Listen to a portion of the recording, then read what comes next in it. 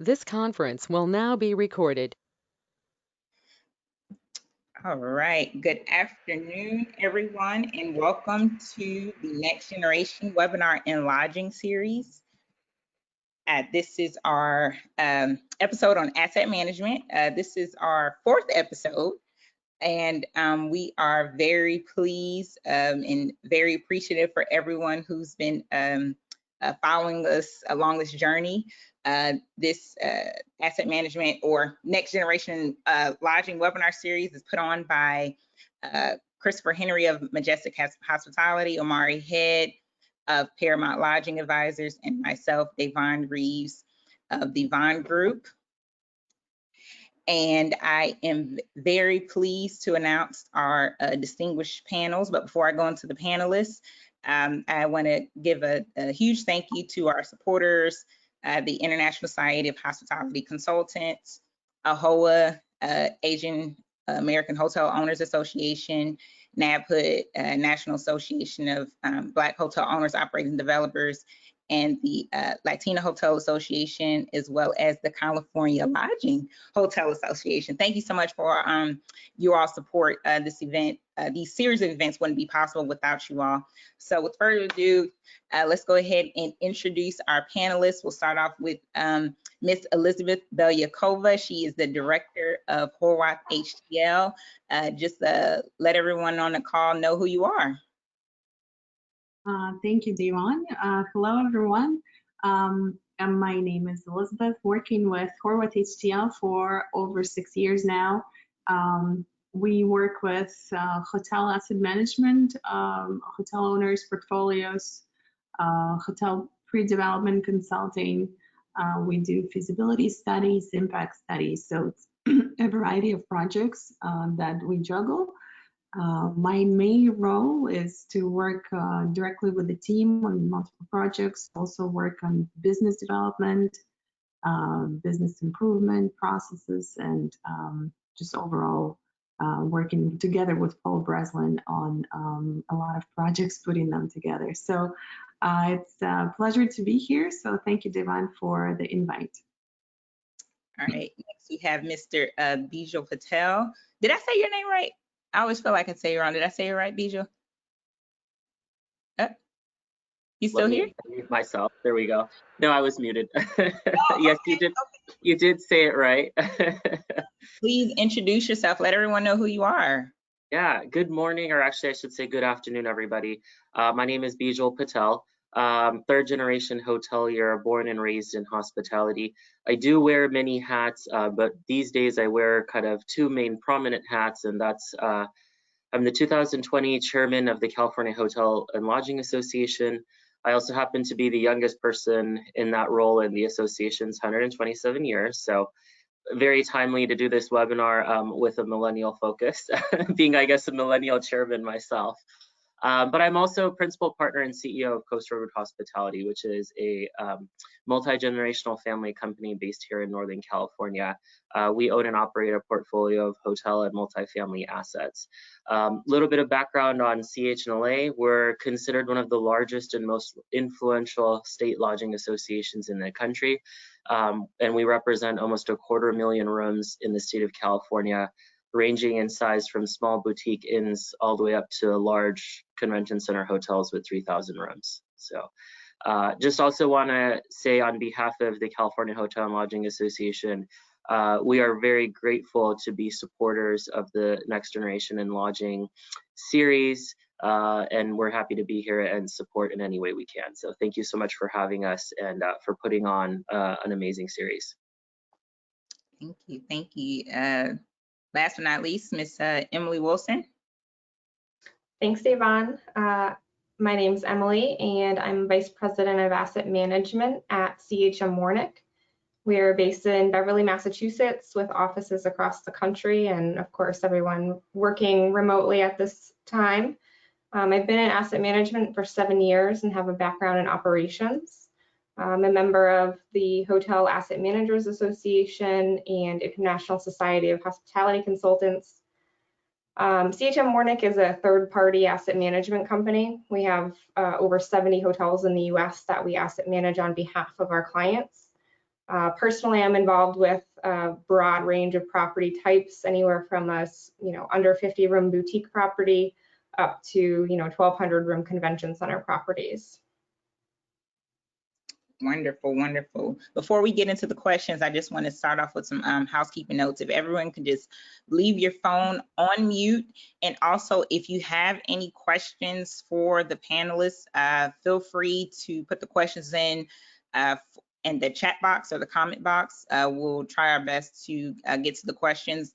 We're going to save some time at the end of the panel for Q&A. So again, if you have any questions for the panelists, please feel free to leave us a message in the comment section. All right, so Emily, I'm actually going to start off with you. We're going to just dive right into it. So what are issues or some of the issues that the owners are facing in light of COVID-19? So there's a lot of issues, and it's been keeping us very busy. There's three that I want to touch on specifically today.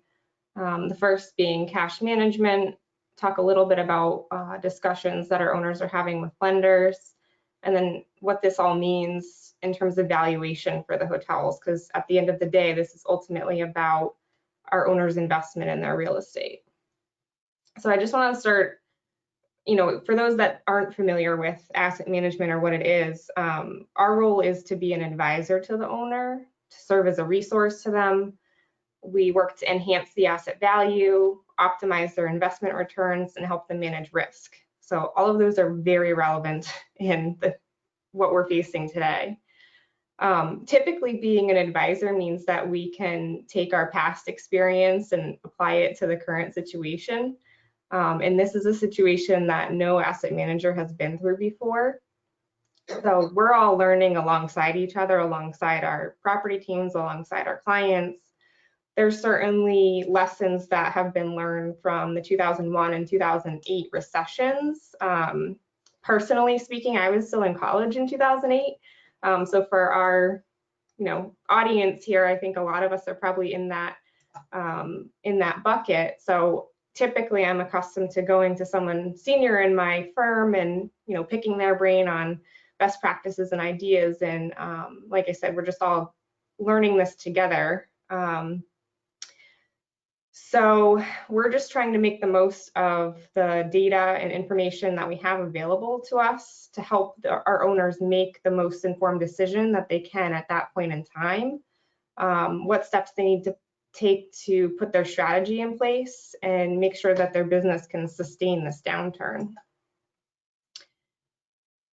So speaking specifically to cash management, it may not always be top of mind when you're operating a hotel. But for an owner, cash is king, and it is a key part of their investment.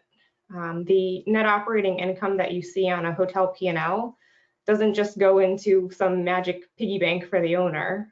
They use that cash to pay debt service, other owner-related expenses, rent if it's to a REIT, and these aren't reflected in the P&L. So when they're faced with such a drastic downturn in business volumes, cash is the first thing that we looked at, and how to help our owners navigate that going forward. In the long run, the most important thing you can do to improve cash is improve performance. So in this period where we have such drastic declines in revenues, the best tool that we can use for managing cash is timing. That can include, ramping up on accounts receivable collections, calling all the past groups that we did business with that owe us money and trying to collect on that money, holding back on accounts that we owe to different vendors, which also is not ideal because they could hold back their services from us. So there's a lot of different tactics that we can take to help conserve cash in this time of need. Now, Emily, talking about timing, I know Bijal, he's been very instrumental as far as with the reopenings of the hotels, during this time, during COVID. Bijal, can you speak a little bit about that as far as like timing and how timing is so important, or as far as the strategy when it came time to reopening your hotels? Yeah, so and I'm gonna speak from a very California perspective just because that's my current role, being chairman of CHLA. But I think a lot of the principles can probably be replicated across the nation, or at least in the large metros. But of course, what Emily said, there's no playbook for this pandemic. I've heard figures from, the economic impact is 9 times what the fallout was during 9/11. Here in California, we've reset our visitor numbers. We're back to where we were in 2009. So in a 14-week pandemic, we've erased about 11 years of economic progress in terms of tourism in California. So, when you look at the short time span and the devastating effects, we had to work really hard to get things kind of back in order again. And in California, that meant trying to salvage whatever we could of the summer months. So Visit California projected that we would lose $54 billion worth of travel revenue as a result of the pandemic.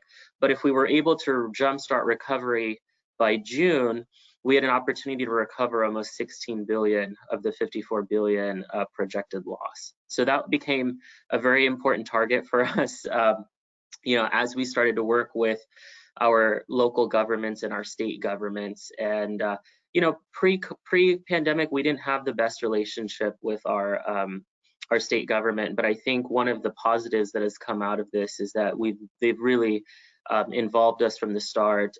We helped develop the guidance. There isn't a lot of guidance on what to do in a pandemic like this, and so a lot of times we're very harsh on the government because we're like, we're criticizing response and all that, but honestly, there's no playbook for something like this. And so all of the hospitality guidance we basically developed with the CDC, with the brands, and on our local and state governments. And we at CHLA, 50% of our membership are independent hotels. So, while a lot of the brands have unveiled their cleaning protocols and procedures, we also had to look at the 50% of our membership that were independent properties and what kind of resources and protocols and procedures were they going to have. So, it took us about 6 to 8 weeks to develop everything. We got the plans and the guidelines all published about mid-May. And then here in California, in at least 52 of the 58 counties, we were able to reopen hotels to non-essential travel on June 12th. So, we had about 14 weeks where we were down, kind of all of that, but now we're able to kind of look towards reopening and really kind of hopefully take advantage of the July 4th, week, which in California is just, it's a big part of everybody's books here. So that was our goal, was to try and salvage some part of the summer holidays here in California. Now you talked about, reopenings and especially dealing with COVID and making sure that, for one, the hotel is not only clean for the guests, but also clean for clean, more disinfected as far as for, spreading. Elizabeth, can you talk a little bit as far as, what are the, healthier or disinfectants as far as strategies that you've been doing as far as for your hotels? Sure. And I also did some research and trying to see what some extra things that hotels are doing now as well. So, but maybe as everyone know, and Rachel was talking about, that California Association they published the guidelines. Well, American Hotel Lodging Association, they published the safe stay guidelines. So, and those can be followed by independents as well. But a lot of brands were playing a big role in developing these guidelines. And the main focus was to keeping the guests, but as well as the employees' safety and healthy.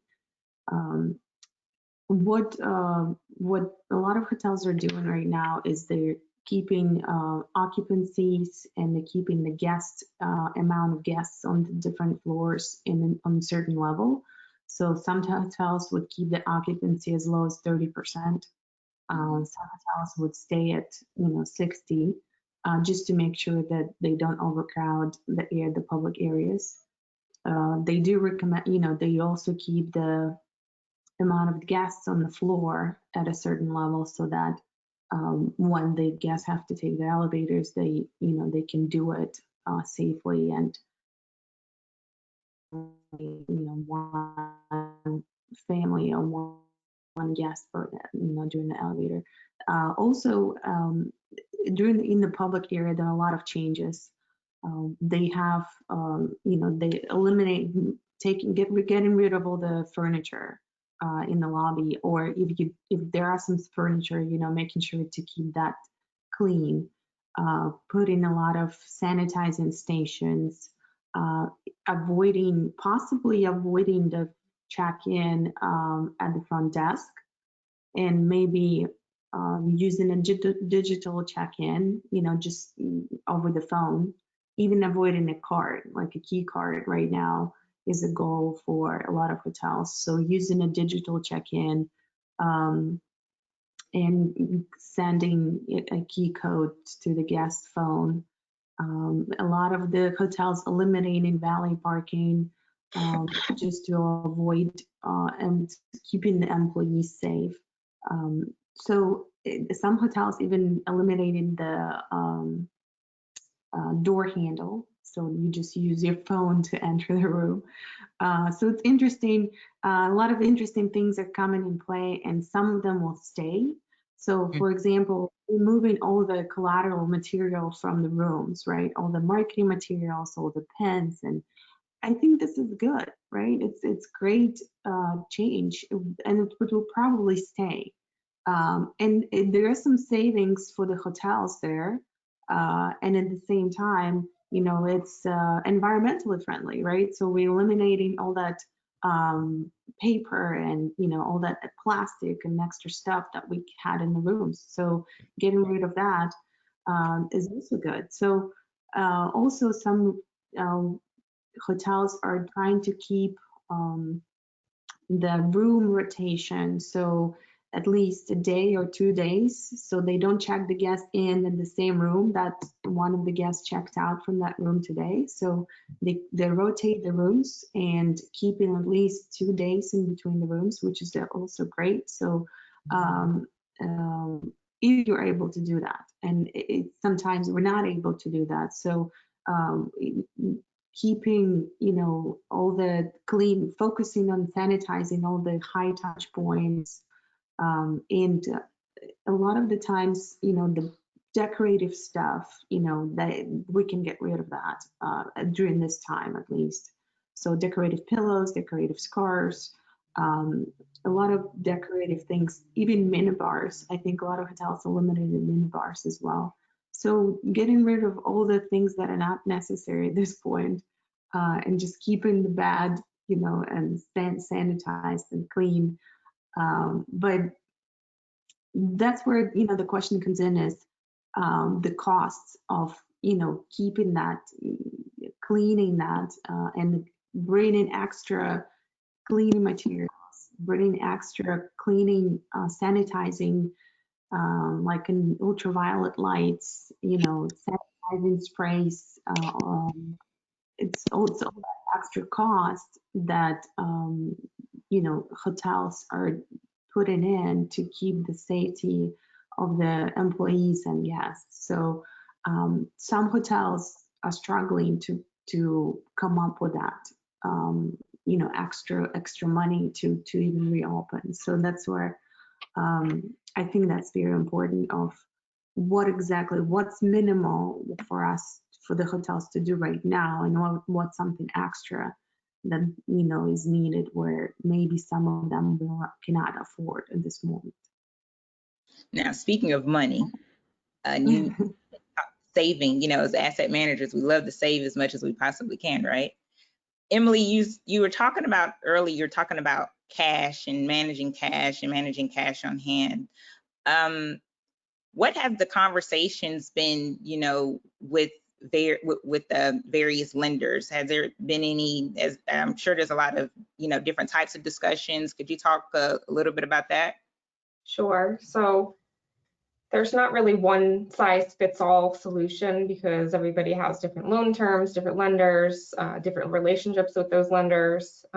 So we have some clients that initially negotiated some, deferral of interest payments, principal payments, forbearance. There's all kinds of ways that these deals are structured and ways in which they can try to buy themselves some time. Some are looking to tap into different reserves, whether it be the FF&E reserve. They might have an excess cash trap reserve, just ways to get more cash onto the property to sustain them through this period. The success of those discussions and negotiations really, if it's a non-CMBS loan, it depends on the relationship with the lender. If it's a CMBS loan, then that's not as dependent on a relationship, and they're typically administered through a master servicer, but that master servicer doesn't have the authority to grant forbearance in most cases. So then the loan has to be transferred to a special servicer, which can take several weeks or more. And given the high volume of all the transfers right now, there's only a limited number of companies that deal with this. So they're bombarded and behind. So it can be a real challenge on the CMBS side. And I know AHLA is working on that from an industry perspective to try and get some relief for our owners there. Now, Bijou, you talked about reopenings on the West Coast. And Emily, you're on the northeastern coast in Massachusetts. Elizabeth, you're down in my state right now. You're in Georgia. How is and I know you all work in properties throughout the country. Has the reopening experience been the same that Bijou just described? Could y'all talk a little bit about that? Anybody, feel free to jump in. We'll love to hear how different regions have been, reopening their hotels. So I can, I guess, speak to that first. So as I kind of mentioned, we on June 12th, we had 52 of the 58 counties officially kind of essentially reopen in California. But I did want to point out, we still have our large gateway metro San Francisco shut. So, LA, San Diego, Sacramento, all opened up on June 12th, but San Francisco has taken a hardline stance and doesn't anticipate hotels opening till mid to end August at this point. So it's not all roses here either. San Francisco actually defied the state and put hotels into stage 4 of the reopening plan, which stage 4 in the state of California is essentially large conventions, conferences, live sports with an audience. It's basically a vaccine or a therapeutic kind of stage. And so they late May, early June, put hotels in stage 4. We were able to work with the mayor's office to get it moved into stage 3, but they don't anticipate even opening up to stage 3 till August 15th. So that presents a challenge for us here in California, because you have we have members that own assets all up and down the state, and in the 7 Bay Area counties, because it's not just SF, it's Oakland, San Jose, Silicon Valley, that's all still shut. But then in Southern California, you have San Diego, LA, West Hollywood, Santa Barbara, that's all open. So that's presented its challenges. And it's difficult because if you look at Gateway, even San Francisco Airport's opening, June 15th, or they opened to international flights and everything again June 15th. So right now, technically, those travelers coming in don't have a place to kind of technically stay, because their stay, if it's not considered essential, they can't technically rent a hotel room in San Francisco. So it's been a little bit varied. It hasn't been, a unilateral approach. So I'm sure my other counterparts on the call here, I'd love to hear kind of across the country what else they're kind of experiencing. But here in California, we do have a little bit of a contentious issue with the 6 big counties that didn't open versus the 52 that did. I can speak to the Northeast. Obviously, we were a hot spot here in Massachusetts for some time, and our numbers have improved drastically. And so hotels were, similar to California, not allowed to accept any guests that were not considered non-essential between April 8th and June 8th. So about 2 months there that a lot of the hotels were closed or only accepting airline contracts or healthcare workers. So since June 8th, when hotels have been allowed to open, there's, I work in the Boston and Salem markets here in Massachusetts, and only a handful of those that were closed have reopened, most of them targeting a July 1st reopening date. That's, based on the demand that we're seeing. We are seeing some green shoots, I would say, of pickup. We actually, one of my properties had some volume corporate reservations, which I was curious to see. Wow. Not any of their large accounts by any means, but some of the smaller accounts, wondering if maybe they're using their VC rate for some leisure travel. So that's kind of where we are in Massachusetts. Definitely new concerns about the spikes in other states. If we'd have a 14-day quarantine in place here in Massachusetts, but if people don't abide by that or follow that, we're concerned of an increase in cases here. I also have a property in Florida, which never closed. It's right on the beach in Daytona. And we got down to about 5% occupancy in April. And then the first couple of weekends in May, we spiked up to 100% occupancy. Probably directly correlated to the spike in COVID cases that we're seeing now. Not saying we're responsible for that, but just in general, the guidelines there were a lot less strict than we see in New England. So we have seen a little bit of slowdown in pickup and pace in the last week or so since there's been a report in increased cases. Yes, I mean, same here. We have some properties in Florida and Georgia, and in Florida, we have a couple of hotels that just opened up, and it is definitely, the demand that drives there, and most of them are leisure, of course. And it's their occupancy is above 60s right now. And of course, they're getting ready for the big weekend. It wasn't that, I wouldn't say it wasn't like Emma said, it wasn't that drastic for them to open back up. They didn't have any guidelines on essential or non-essential guests. So they can take, guests, leisure guests or anyone. So some of our properties right now are also getting some small group business. So they're booking some of that small group business, and that's really good to see. Here in Georgia, most of the hotels are open, and they take, such essential, non-essential guests, and they've been doing pretty well. Not as great as in Florida. Most of them are around 30% occupancy. But at the same time, I noticed that right now, people are tired of being at home for so long.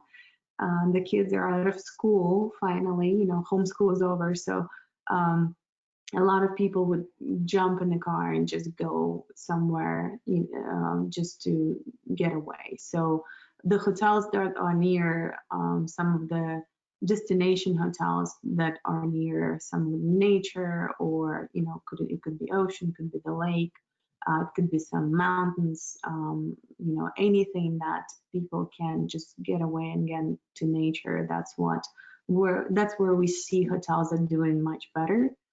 And definitely, Florida is as they opened up, you see people just driving to Florida and staying there for weeks. So that's where we see that the domestic travel will be happening, and it is happening right now. And the hotels that are within that destination for nature, they'll see a better better occupancy, better demand. We were talking about, the spikes as far as an occupancy, 1 month is, less than 10% in some hotels or some areas, or even in that same area is less than 10%. And as Emily mentioned before, you know, a couple months later, you know, as a lot of the travel bans and restrictions have been lifted, you know, the occupancy spikes to 100%. How have your hotels as far as been handling that? And feel free, anybody can jump in on this. You know, to deal with staffing levels. Like, how have you all been able to handle that with such the change in occupancy levels, or drastic changes? So I can answer that. To be honest, we get a lot of comments that the hotels are understaffed right now. But I think people are also understanding. They recognize the situation. And we're looking at what does the operating model from a staffing standpoint look like moving forward. You know, in good times, you tend to add this position here or that position there, or the group room yield maximizer, and all these different titles that, you know, you may not have had. And we're rethinking every single one of those positions to say, does this make sense? Are people able to multitask more than they were before, combine jobs, and just try and be smarter about the whole operation, so that when we are starting to build occupancy, we're not adding 5 people for every 1 point of occupancy. Trying to be more strategic in how we build that plan.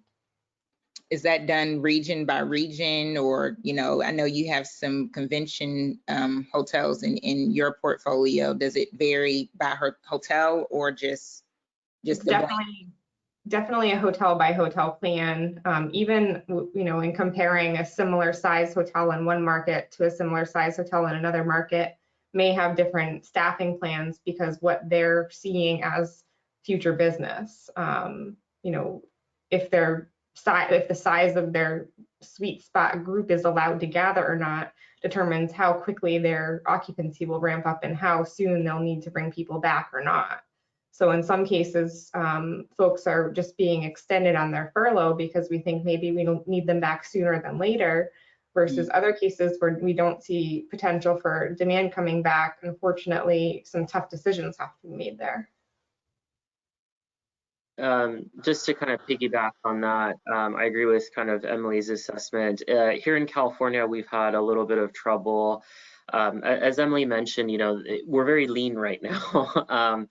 And, you know, as occupancy kind of rebounds a little bit, or as we look towards reopening, we are having trouble with bringing staff back on board again. Various concerns that they have, and trying to, you know, put in protocols that protects not only our guests, but our staff and our local communities. An issue that we've had in California is that our employment development department has been doing $600 a week payment checks out to staff that have been furloughed or terminated during the pandemic. And that funding is not scheduled to sunset until the first week of August, or July 31.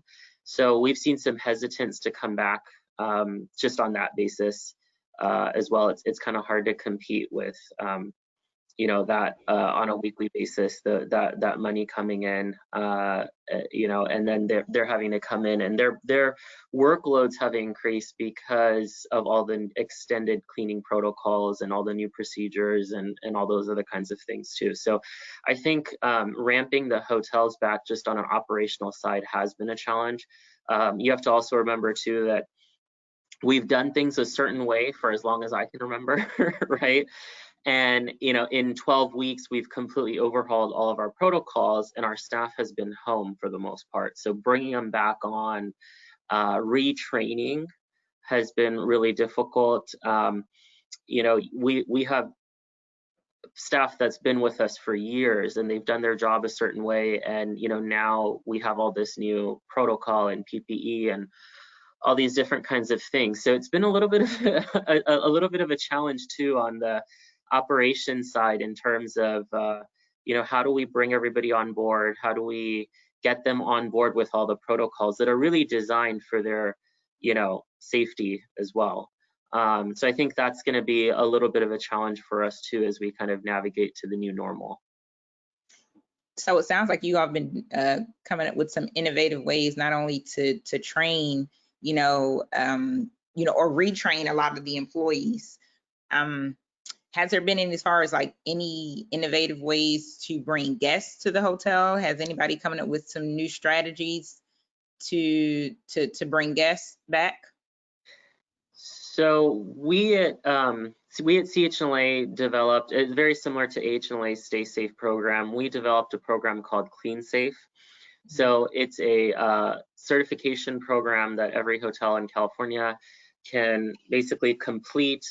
They get Clean Safe certified, they get decals, they're able to promote on their websites. We are promoting heavily our list of Clean Safe properties.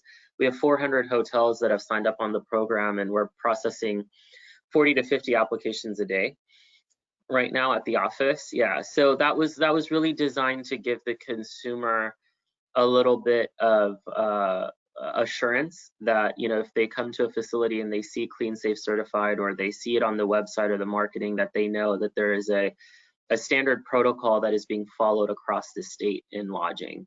And then that is going to obviously be picked up by Visit California. We have partnerships with Visit California on this, and then the local tourism marketing districts that are all going to be following on to this. So to give an example, I sit on Santa Cruz County Visitors Bureau, and just yesterday they unanimously approved that every lodging facility in Santa Cruz County will be Clean Safe certified now. So, I think you're going to see kind of those types of marketing efforts. I do want to cautious. I was at a brand call with a bunch of brands, and we were all talking, this was early on in the pandemic, and everybody wanted to advertise the new clean and safety standards. But one of the brand executives, and I don't remember who it was like, let's be careful on the messaging here, because I feel like as much as we emphasize we're now clean and safe, the reality is we always we always have been and should have been clean and safe from the get-go. So we want to kind of be careful. There's a lot of focus on the new Clean Safe, but we kind of want to market that we are continuing to be clean and safe, because we don't want to send a message that we were somewhat, that we weren't clean, safe pre-pandemic, right? A lot of our protocols are still true. They're just kind of just being a little more emphasized or a little more frequent, but a lot of our cleaning protocols we already have been doing for many years. So I think that marketing to consumers is going to be really important, but we have to be careful on how we as an industry position that marketing. Well, and we also find that for hotels, marketing is, the sales team is really focusing on relationships right now, and local, domestic traveler, and really building relationships with people and with groups, small groups, and trying to bring people in a very kind of, and connect with them. So it's and then at the same time, guests are not as spoiled as they used to be before pandemic, so they're not complaining a lot about things, or they actually, they like Emily said, they understand now more about the situation, and They're excited to get out the house. Exactly, they're excited to get out of the house, and they see that this, people are working hard, and they appreciate everything that you do. So you see that guests are, on your side now, and even if there are lines, you work as much as you can to keep them moving, but they're not going to be complaints about that. So as long as you keep the hotel more, and like Vijaya said, clean, and show the extra things that you do to keep it clean, that's what matters right now. Now, what about the food and beverage options, or beverage and food? Some hotels focus more on beverage and food. And this question is for everyone on the panel. What have you all been doing? I know a lot of restaurants, especially here in Atlanta, they do a lot of to-go options. Is that something that your hotels are doing? Yes, There are to-go options. You know, they can deliver your food to your room. Just leave it. It's what it's called, the contactless, right, delivery. They just leave it at the door. They still do the dining, but they just had to remove some tables out, so to space out some, have more space in between the tables. For outdoor options, if there are options to do some outdoor tables, that's people prefer that more right now, even if it's hot outside for Florida and Georgia. And outside F&B is definitely preferred, like an outside pool bar. That's a hit. So you'll have a lot of F&B there and a lot of options there. So it's I would say focus more on contactless deliveries and maybe outside dining, because that would be a success right now. Yeah, two of my Massachusetts properties actually opened their outdoor dining option before they opened any hotel rooms. So one has great patio space right in downtown Boston, and the other is a rooftop bar, which comes, you have to go in an elevator to get there. So it's a little unnerving, but both have been pretty successful. The last 2 weekends we've had really, for New England, hot weather. And they've been full with waits every night that they've been open. So even now that we are allowed to have indoor dining, as of just this past Monday, even with those reservations open, no one's interested in eating inside right now. Mm-hmm. I think from a look forward standpoint, in terms of the ramp up plans and F&B, most of our properties will only be offering a grab and go option to start with until the occupancies are high enough to support a sit down option. Now on the select service side too, here in California, there's no guidance right now on the breakfast buffets. So even in the select service industries where we had the hot breakfast buffets, those are currently not allowed in California and a lot of the counties. So I think grab and go has been kind of the way. I actually was on a call yesterday with a bunch of owners here in California, just hearing their concerns, and the topic of food and beverage and the complimentary breakfast options came up. And I think there's a tremendous opportunity for us here to kind of evaluate our service offerings and kind of really take kind of what's happened in the last 13 to 14 weeks and really change the way we do business in 2021 and going forward. I think we were getting a little ahead of ourselves. The breakfast buffets kept expanding and kept growing and offering, and Hamptons had walk-up smoothie bars and all kinds of stuff, but I think we are in a position now where we have to are going to have to look at the operations of the hotels, and with the increased cleaning protocols, the increased staffing, I think we're going to have to go back to basics a little bit. I think we do have an opportunity as an industry to kind of do that.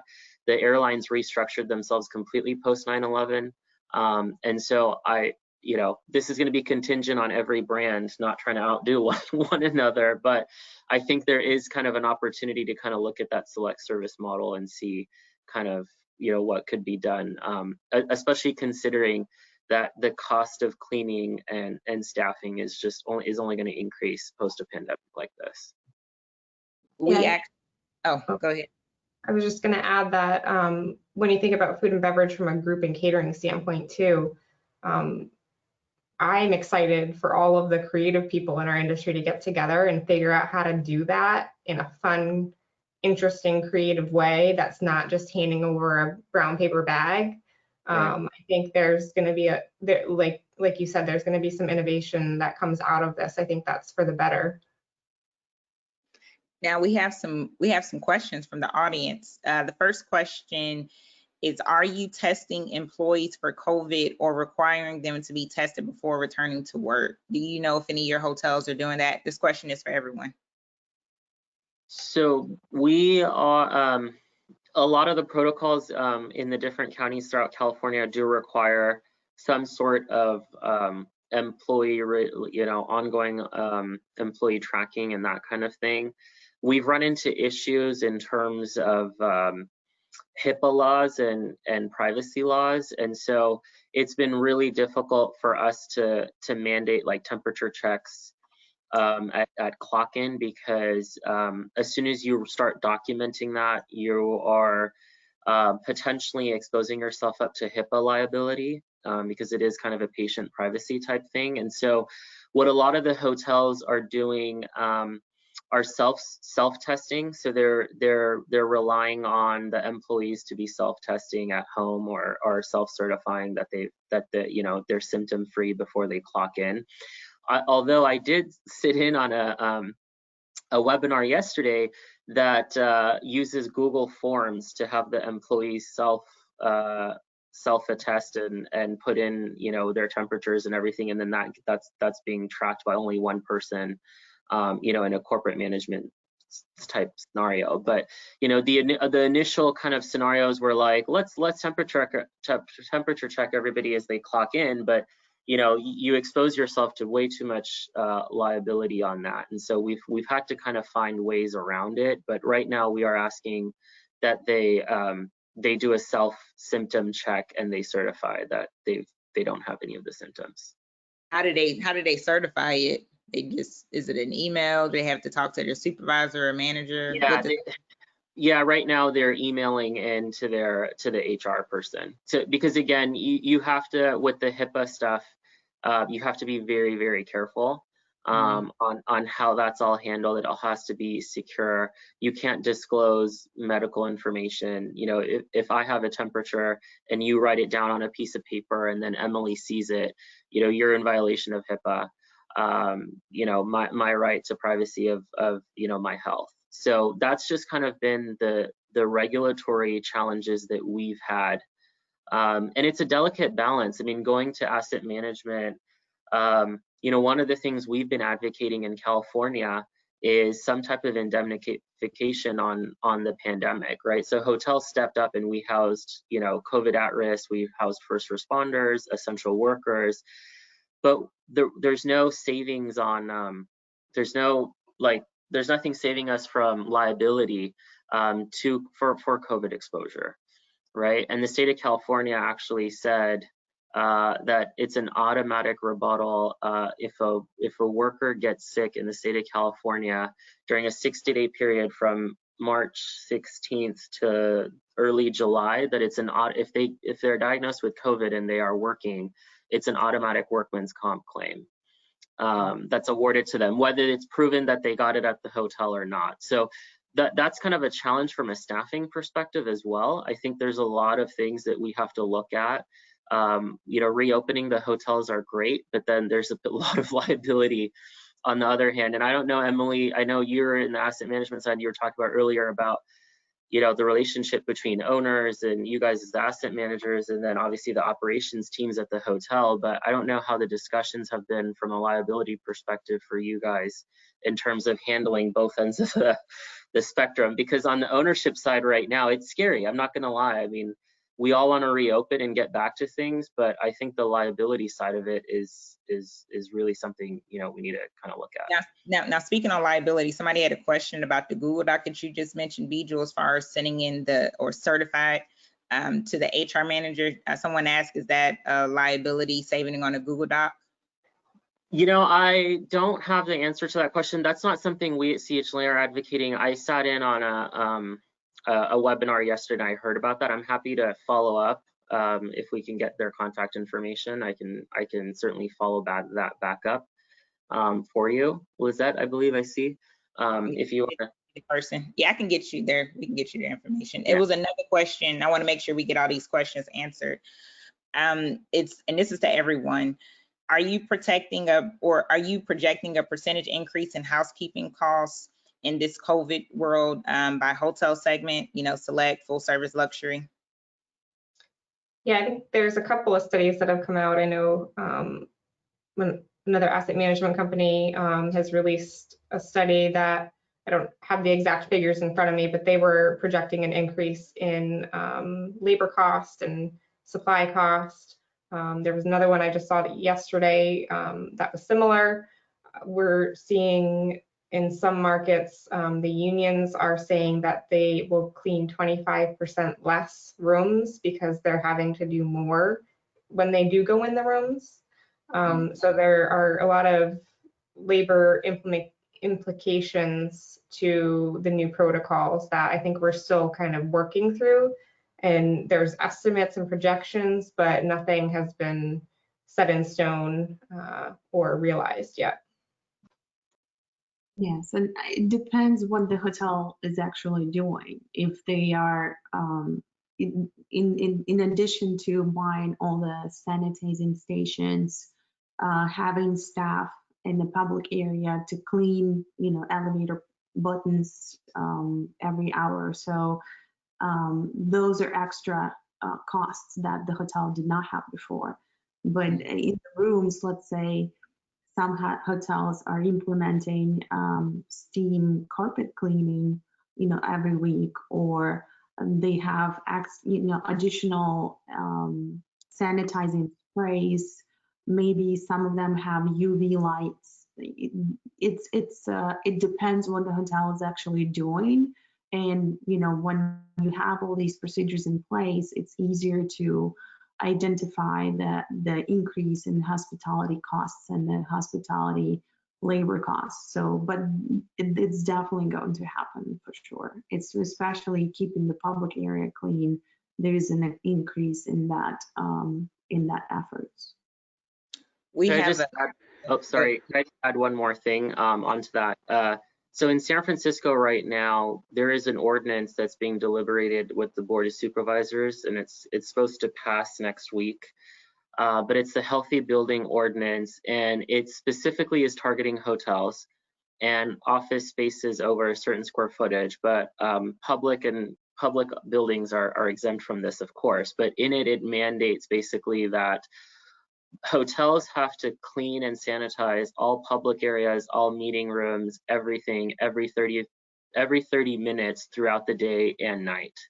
Whether the meeting room is being used or not, they want staff to clean and sanitize the hotel top to bottom every 30 minutes, 24/7. So, and I don't want to dive into a whole nother conversation, probably a whole nother webinar. But you can imagine the cost of this, and there's other things in the ordinance that say any entrances or exits have to be staffed by somebody 24/7 if it's not automatic entry. So if you're looking at a large hotel, especially in the metro of San Francisco that has 3,000 or 4,000 rooms, and they have all these multiple entrance and exits, they want somebody there staffed 24/7 to open and close the door. So we're conducting our estimates right now, but we were talking to a few hoteliers earlier today, and they were mentioning, I mean, at 50% occupancy, the cost on this is going to be about $100 worth of revenue, just at 50% occupancy right now. So we're trying to fight this ordinance. I don't know what we're going to end up doing, but things like this, if this catches on, I think New York has something similar. They're talking about. Our fear is that if SF passes this, then LA, any of the large metros, Chicago, could potentially do something very similar. So we just need to keep a little bit of an eye out on that. the most expensive cities, of course, right? Right.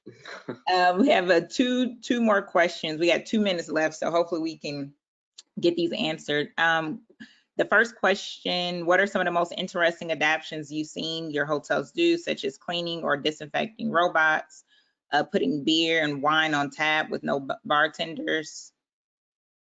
And this is to everyone, if y'all seen it.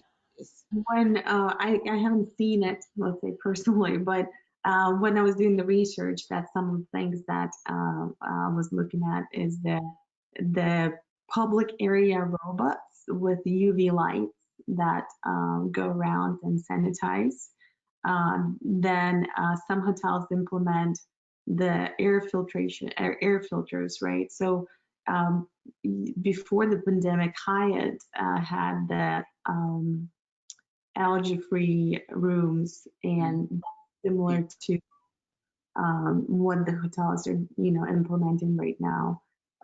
Definitely, some of the hotels are also doing the, it's a guards for the remote controls to keep the remote sanitized. It's a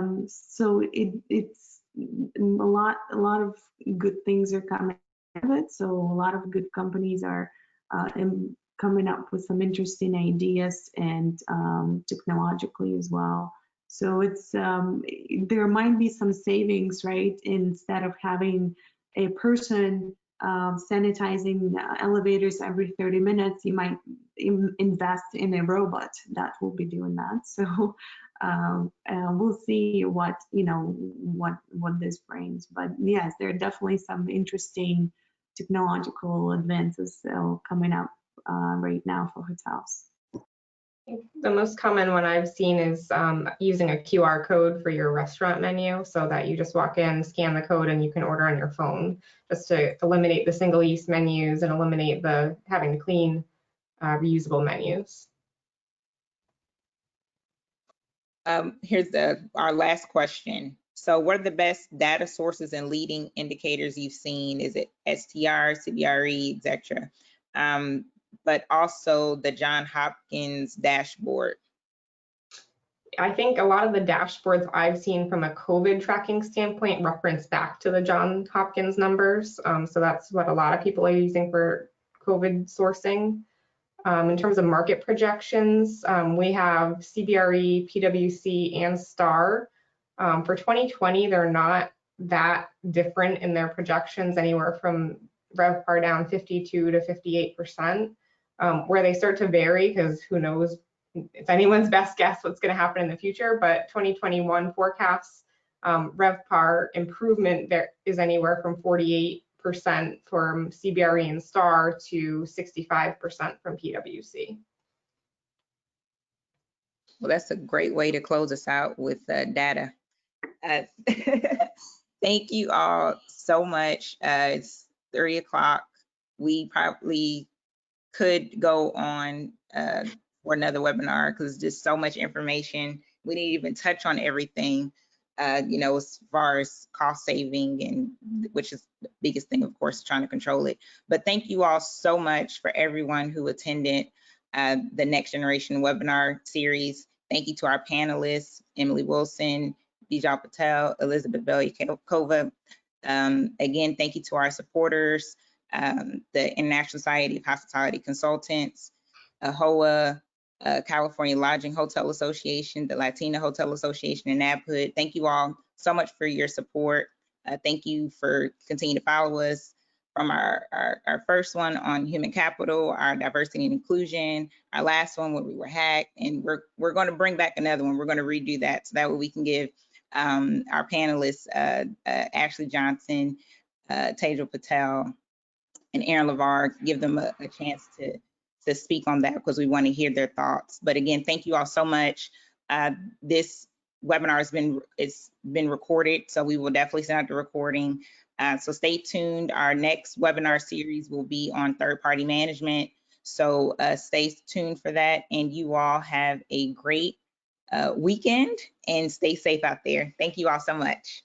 Thank you. Thank you.